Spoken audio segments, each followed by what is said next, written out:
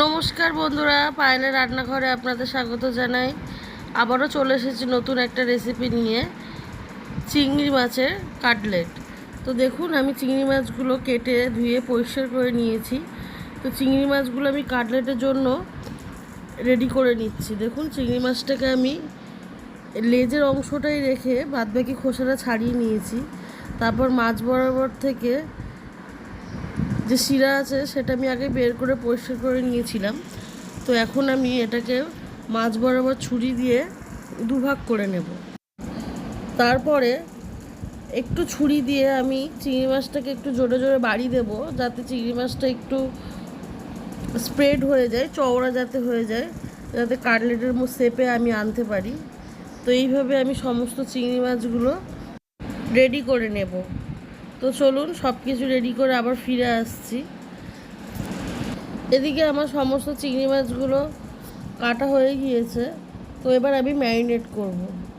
দেব লেবু, আপনারা চাইলে ভিনিগারও দিতে পারেন। লেবু আর নুন, একটু লঙ্কা গুঁড়ো, 1 চামচ গোলমরিচের গুঁড়ো, আর দেব আদা রসুনের পেস্ট। আমি আদা রসুন আর কাঁচা লঙ্কা একসাথে পেস্ট করে নিয়েছিলাম, সেটা আমি দিয়ে দেবো। দিয়ে এবার সমস্ত কিছু আমি ভালো করে একটু হাতেই মেখে নেব। মেখে নিয়ে এটা আমি ম্যারিনেট করার জন্য 2 ঘন্টার জন্য ফ্রিজে রেখে দেব। লেবুর খোসাটা আমি এতেই রাখলাম, তাতে চিংড়ি মাছের স্মেলটা একটু যাতে কাটে। আপনারা লেবুর জায়গায় ভিনিগার ইউজ করতে পারেন। তো দেখুন, 2 ঘন্টা পর আমি ফ্রিজ থেকে বের করে নিয়েছি। তো এদিকে আমি ভাজার জন্য সমস্ত কিছু রেডি করে নেব।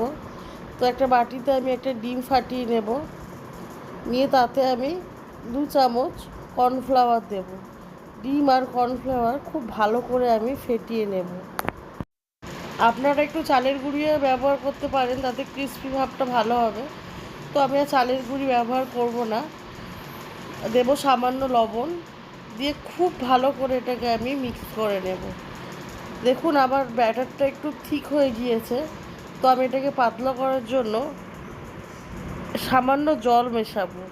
জল মিশিয়ে আমি ঠিক এরকম একটা থিকনেসে আনবো। অন্যদিকে আমি বিস্কুটের গুঁড়ো প্লেটে নিয়েছি। তো চলুন, এটাকে আমি এবার কোট করে নেব। একে একে চিংড়ি মাছগুলো কর্নফ্লাওয়ার ডিমের ব্যাটারে চুবিয়ে নিয়ে এবার বিস্কুটের গুঁড়োর ওপর দিয়ে দেব।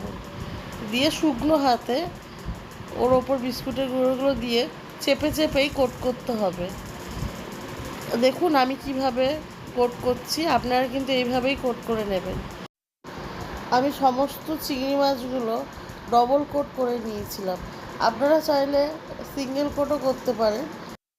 তো আমি একে একে সমস্ত চিংড়ি মাছগুলো এইভাবে ডবল কোট করে নেব। ডবল কোট করলে কাটলেটগুলো আর ভাঙবে না, সিঙ্গেল কোট করলে কাটলেটগুলো ভেঙে যাওয়ার চান্স থাকে। তো আপনারা ডবল কোট করেই চেষ্টা করবেন আপনারা।